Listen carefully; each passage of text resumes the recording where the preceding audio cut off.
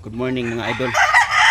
Sabihin ko sa inyo mga idol, kasi may nagsasabi dyan na ang may isang manok ako dito na hiniram ko lang daw sa kapitbahay ko or sa mga kakilala ko na palahi daw.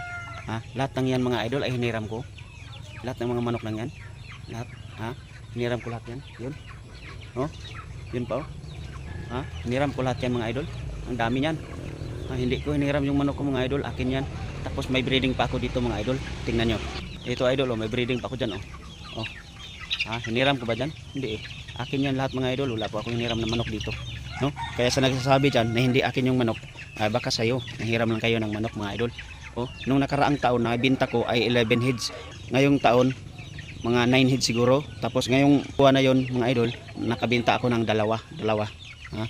Dalawang manok ay binta ko mga idol. Kaya yung nagsasabi dyan na hiniram ko yung mga manok ko ay hindi lang katotohanan yun. Akin lahat yan oh. Tingnan nyo mga idol. Na, doon pa sa itaas mga idol yung mga manok ko doon sa itaas. May manok ako dyan. Lahat ng manok ko dito noon mga idol is 39 heads. Yung manok ko dito. Ang lahat po yan ay pang 3 cocks. Yung may natitira pa ako dito mga idol pang 3 cocks. Ipakita ko sa inyo mga idol. Ito idol oh. Prepare ko po yan mga idol pang 3 cocks. Isa.